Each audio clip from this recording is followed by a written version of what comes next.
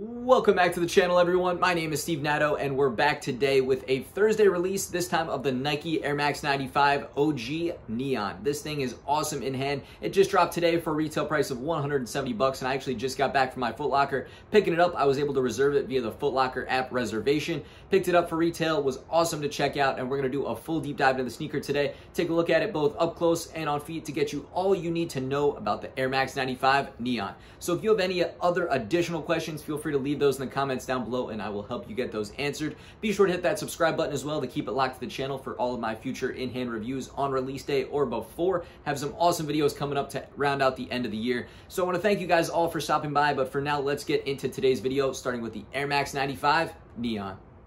And starting it out here, we're going to get going with the quick facts on the Air Max 95 Neon. Here is everything you're going to need to know about the shoe. First off, in terms of the fit and the sizing, this shoe does fit true to size, so I recommend going with your typical Nike sizing on the sneaker. The comfort is really good right out of the box. You know, it does have that Air Max unit in the bottom. Feels very nice and comfortable and is going to get much better over time as you wear it. And finally, in terms of the pricing, this did come out for $170 earlier today. It did seem to sell out completely and is now trading on the secondary market for as much as around $220 or $230. As for the shoes themselves, you can see it's the classic neon colorway, so you have all these different shades of gray as well as all the little neon hits across the shoe, as well as some white and black sprinkled throughout. As for the upper, you can see it's a suede material with all the different shades of gray, and while I had really high expectations for the shoe, I expected it to be really nice, the quality on the shoe actually doesn't feel quite as good as I was expecting. It feels a little cheap in some places too, oddly enough, but it still does look really nice. You can check out the neon for that outsole. You can check out the neon around the laces as well, the little back swoosh, as well as on top of the tongue for that Air Max logo.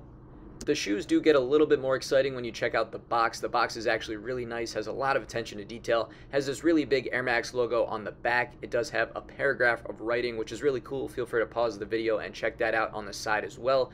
It says Air Max up on the top, and here's even a shot of the size tag itself on the box so you can see the numbers and information, as well as the size tag within the sneakers so you can check them out, legit check if you need to.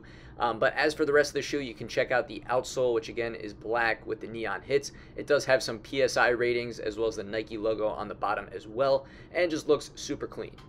And we can also check out the inner liner behind the tongue as well as going down by the ankle. You can see it's all white underneath, and then the neon hit of the insole with the black Nike Air and Air Max written on top. We can check out again the extras included in the box, which were these anatomical arch supports, which we're seeing on the recent Air Max 90s as well. They do include those, so they've done a really nice job to tie it all together.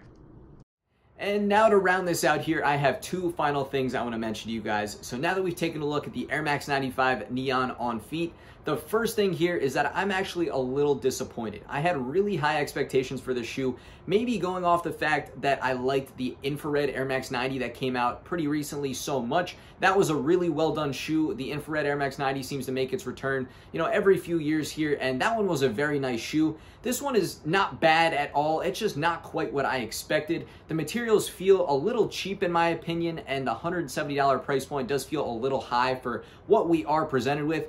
I get that, you know, what they were trying to do for the OG silhouette, the OG colorway, and maybe bringing back some of those materials and sentiments, but it didn't come off quite right in my eyes. I was a little disappointed when checking it out.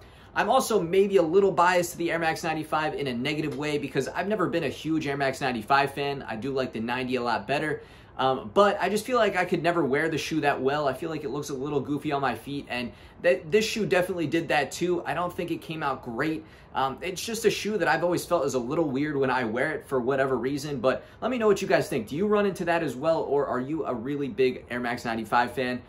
The second thing I do want to mention is continuing that comparison to the Air Max 90. In my opinion, I think if you're looking for an OG colorway of a really nice Air Max, you know, one for a decent price point, the infrared Air Max 90 is a better option in my opinion at this current point in time. I really like that shoe a lot, and resale prices on the 95 seem to be a bit higher than they are on the 92, so both are sold out at this point. So if you're looking for a more fair price point, the 90 might be a better option, but again, that's just my take. Let me know which one you guys like better in the comments down below.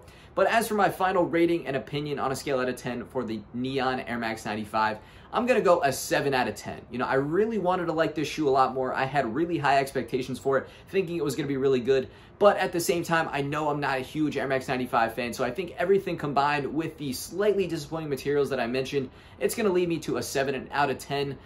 So I think that's my final rating there. So again, I want to thank you guys for stopping by. Be sure to hit that subscribe button to keep it locked to the channel, and I'll catch you guys again real soon on the next video.